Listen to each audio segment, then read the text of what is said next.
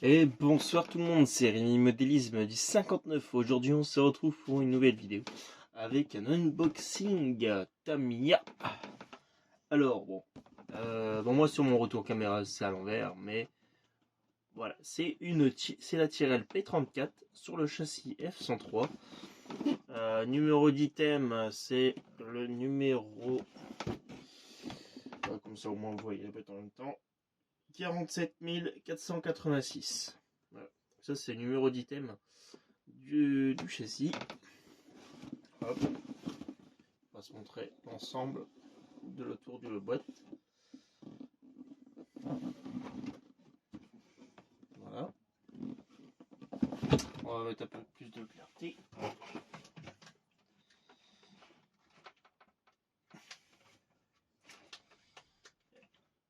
Ah, ouais, c'est déjà un peu mieux. Alors, je vais ouvrir la boîte. Je vais juste décaler un tout petit peu. Voilà, nickel. Alors, c'est parti.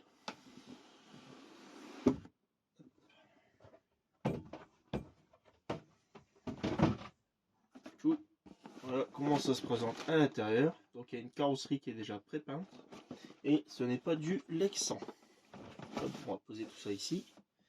Alors, je vais commencer par la carrosserie. Voilà. Je vais vous la présenter en même temps. Donc c'est pas du Lexan, mais ça reste quand même plutôt flex. Alors je ne saurais pas dire si c'est une matière ABS. Ça je sais pas. Mais voilà la carrosserie.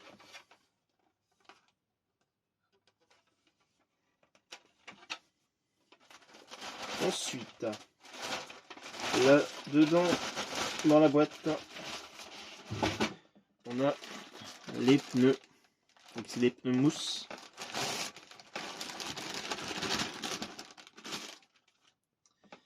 Hein, donc il me manque une roue. Elle doit être à l'intérieur parce que je l'avais déjà déballé. J'ai oublié de la remettre bien. Désolé. Donc du coup, on a 6 roues. Hein, donc on a 2 arrière et 4 avant. Hein, les toutes petites. Ouais, c'est tout petit hein, pour le coup. Et j'ai retrouvé la roue, en fait elle était juste tombée. Donc voilà. Donc on a les 6 roues. Donc c'est très petit hein, par rapport aux roues arrière. Hein, si je vous le compare comme ça. Tac. Voilà quoi. C'est vraiment très petit. Voilà, ça va faire un style comme ça en fait. Avec la carrosserie qui sera posée, ça va être pas mal. Ça va être pas mal, franchement. J'ai hâte de la monter. Hop, tac, hop. Voilà. Ensuite, on a planche d'autocollant. Voilà. Bien sûr, les basiques autocollants Tamiya. On a, alors je sais pas si vous allez bien le voir.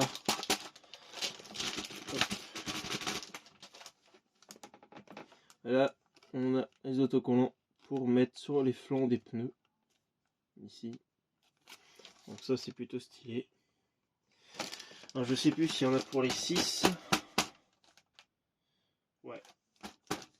Pour les grands et pour les petits. Ok. Alors, ensuite, dans un carton, on a un carton.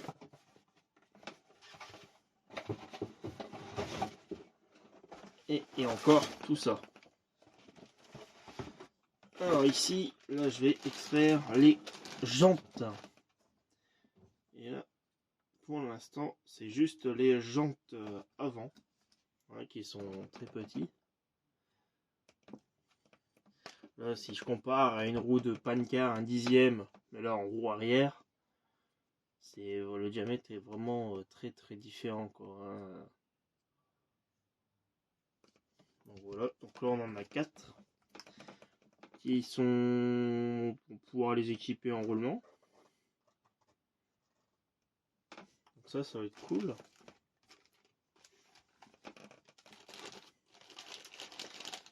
Et bien sûr, cette Tamiya sera roulée d'origine, hein, donc avec un moteur charbon. Donc, je vais la monter de boîte. Après, je dis pas, je risque peut-être de faire des améliorations par la suite, mais c'est pas énorme. Ici, là, on a une grappe bleue. Donc là, en fait, ça sera du coup l'aileron arrière, qui sera à assembler aussi et qui n'est pas en luxant, qui est pareil, c'est du plastique injecté en fait, hein, pour le coup. Comme la carrosserie, c'est exactement même pareil. On verra bien.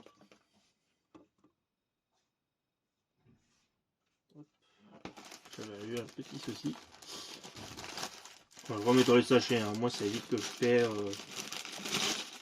les pièces. Là, pour le coup, ici dans ce sachet ici, j'ai les jantes arrière. Là, comme vous pouvez voir, c'est très large. Comme les pancars, et encore, allez. Ouais, c'est un chouïa moins large. Un chouïa moins large et un chouïa, le diamètre est vraiment un peu plus petit, quoi. Ça n'a vraiment rien à voir. Et on a un entraînement par hexagone. Enfin, je ne saurais pas dire de comme ça si c'est du 12. Je n'ai pas l'impression. Bon, on verra hein, si on peut monter d'autres roues. Ça serait cool. Moi, ça évite d'abîmer les roues d'origine. Déjà, l'avant, ce qui est sûr, c'est que ce qui est sûr et certain, c'est que je peux mettre des roues de Pancar 1/12e. Parce que, à vue d'œil comme ça, c'est le même diamètre.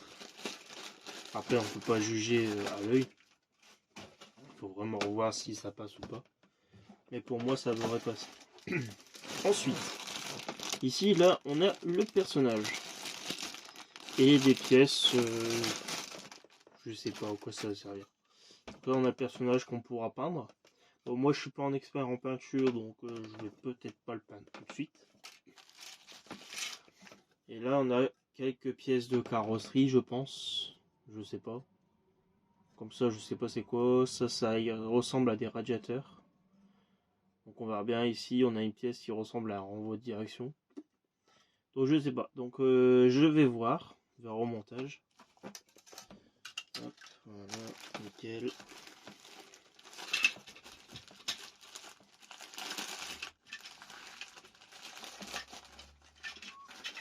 Bon, lui j'ai un peu du mal à le remettre dans le sachet, donc c'est pas grave. Ensuite, on a encore de la pièce plastique. Bon, lui, c'est pareil, je vais pas le remettre dans son sachet. Un peu galère. Là, du coup, on a une grappe avec le support moteur. Et le deuxième palier qui est ici, une pièce de renfort. Et encore une autre pièce que je sais pas en quoi elle va servir. Alors, à l'époque, il y avait des options comme le palier central alu. Donc, à la rigueur, ça, je peux me le faire reproduire. Parce que sachant que les pièces Tamiya, le problème c'est qu'avec les rééditions, il n'y a pas forcément les pièces détachées. Donc, c'est un peu embêtant.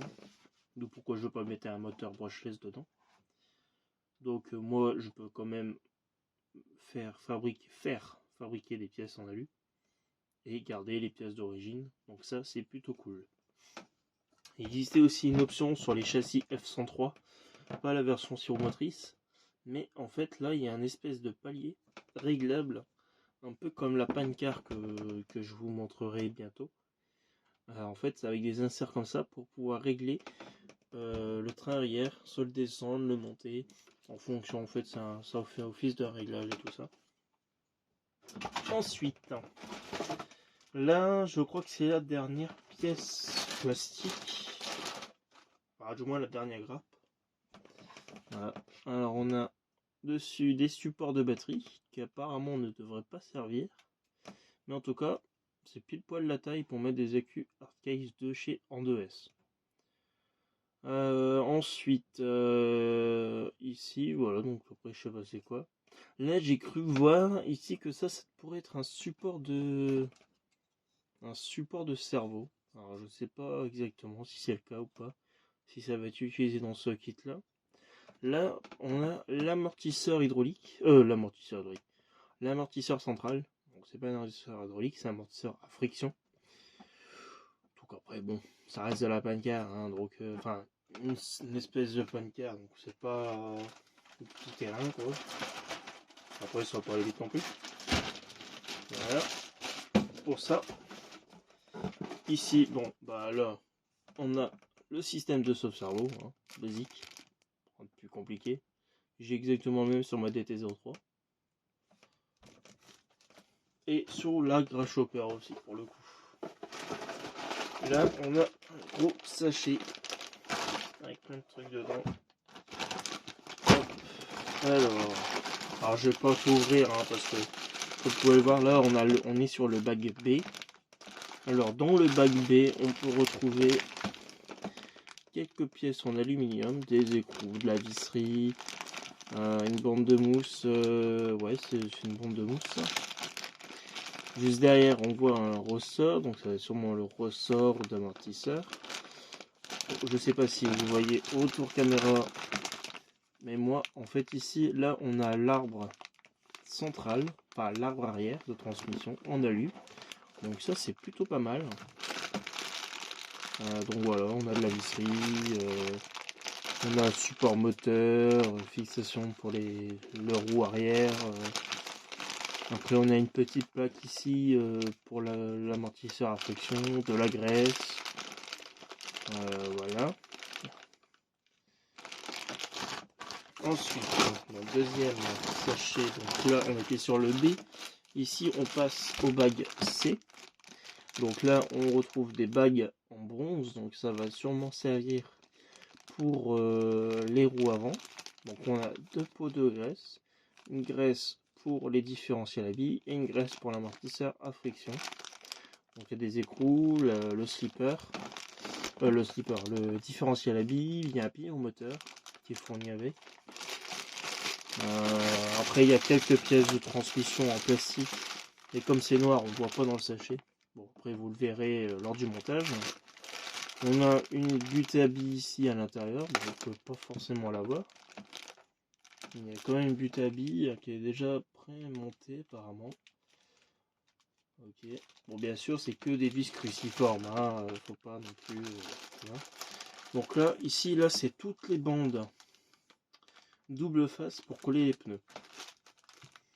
Donc voilà, c'est pas une colle spéciale là, chez Tamiya, là c'est directement des bandes de mousse. Alors ici, là on est sur le bac D. Et le bac D, on a tout simplement un support aileron en aluminium. Voilà. Qui est pas mal du tout. Donc il y a de la visserie à l'intérieur du coup. Ensuite, et ben là, on est sur le bag A. Et le bag A, à l'intérieur, on peut retrouver tout ce qui est visserie, fusée avant. Ça, je sais pas encore à quoi ça va servir. Donc on va apparemment monter le train avant en premier. Donc voilà, donc on a la fameuse clé Tamiya. Hein. Pareil, de la visserie, des axes, des chapes. Voilà.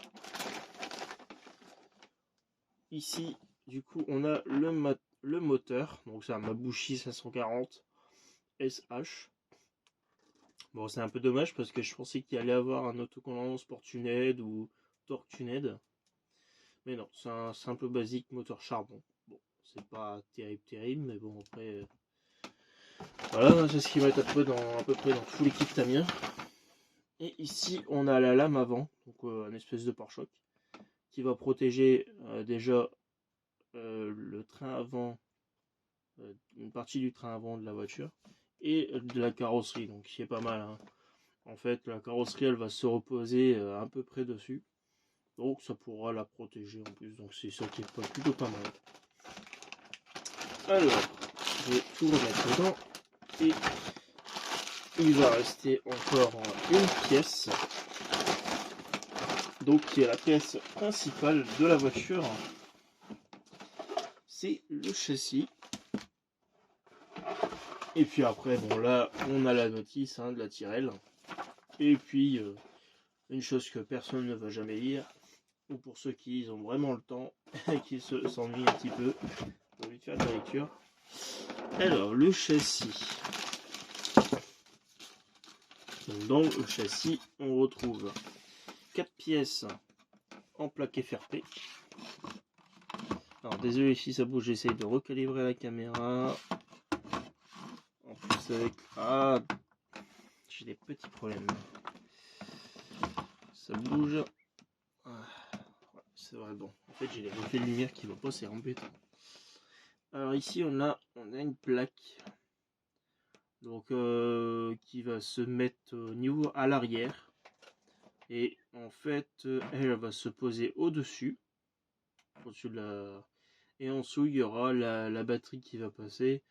Là, il y aura sûrement l'amortisseur qui va se reposer dessus. Là, c'est le T. On appelle ça un T. Donc, c'est le pod arrière. En FRP, pareil, c'est pas du carbone. Même si on peut faire fabriquer en carbone. Donc, c'est fraisé. C'est pas mal. Hop, voilà. Donc là, on va avoir les fixations du moteur du train arrière. Donc en fait, cette partie ici, en fait, elle va venir comme ceci en fait. Elle va bouger comme cela sur le côté, comme une pancarte. Et là, on a le châssis avant, enfin, la plaque de châssis avant qui est plus épaisse que les autres pièces. Ça doit être du 3. Ouais, ça doit être du 3. Donc voilà, en fait, c'est la base de la F1 chez Tamiya, sauf qu'elle elle est légèrement un peu plus longue par rapport au train avant d'une F130 normale. Donc voilà. Et ici, je crois que ça va être les fixations du train avant. Donc ça va être pour pouvoir placer les fusées, le système de direction et tout ça. Donc voilà. Bah, il n'y avait pas grand chose. C'est un peu différent que les Tamiya qu'on voit actuellement, comme les châssis M châssis, les TT01, TT02. Hop, voilà. Hop, on va remettre à l'intérieur. Et puis bon, la notice, comment elle se présente. Hop. Habituel, les trucs de sécurité, comment ça doit faire, comment on doit la faire rouler, les explications. Puis là on enchaîne le montage. Ouais, ça va être sympa. Ça va être sympa. Donc pour l'instant ils ne mettent pas de page d'options. Alors regardez, je vais vous faire montrer un petit truc. C'est ce principe pour coller les pneus. Comme je vous disais avec le système de double face, vous allez venir coller vos pneus à l'intérieur. Alors je sais pas comment je vais faire, j'espère que ce sera pas compliqué. Donc on verra bien. Alors apparemment, d'après ce que je vois, il y aurait une technique pour les coller. On doit en coller entre un tout petit peu le pneu sur le double face et après avec la languette du double face on doit tirer tout en tournant la roue pour que le double face se colle au pneu. Donc ça c'est plutôt pas mal. Et après bon, il y a tout ce qui est assemblage carrosserie, pilote, les autocollants. Après bon, il y aura une étape de montage, ce sera l'étape des autocollants. Ça je vais pas le faire en vidéo, ça prend trop de temps. Ça va mettre toute une soirée, j'ai envie de faire ça au calme. Donc voilà. Et puis après, bah là c'est le montage. Alors normalement, je suis en train de regarder, est-ce qu'il y a... Ouais, il y a quand même un espèce de setup, mais rien de plus. Vraiment pas grand-chose, quoi. Ouais. Et voilà. Et ben voilà, c'était rapide. On est quand même à 20 minutes de vidéo. C'est déjà pas mal. Qui est très bien même. Alors du coup voilà. c'était un unboxing que pour moi j'aimais bien. J'ai bien aimé. Alors après, par la suite, normalement cette semaine, je sais pas quand je poste la vidéo, je pense que je vais la poster demain. Donc alors d'aujourd'hui, vous allez voir la vidéo, ça sera aujourd'hui forcément. Je la posterai aux alentours des 4 heures, je pense, dans ces zones-là. Comme ça, 4-5 heures. Et puis, comme je disais, en semaine, normalement, je suis censé recevoir un colis. Donc c'est pareil, c'est une Tamiya qui va arriver, qui va être dans le même style, hein, entre guillemets, donc le vintage, mais une réédition de chez Tamiya. Pardon, excusez-moi, j'ai la voix qui casse. Il va y avoir une réédition Tamiya qui est sortie cette année, comme celle-ci d'ailleurs. Donc voilà. Allez, moi sur ce, je vous laisse. Je vous dis à très vite, à bientôt. Et puis, n'oubliez pas de vous abonner, à liker et à partager la vidéo. Sur ce, allez, tchuss tout le monde et à bientôt. Ciao, ciao.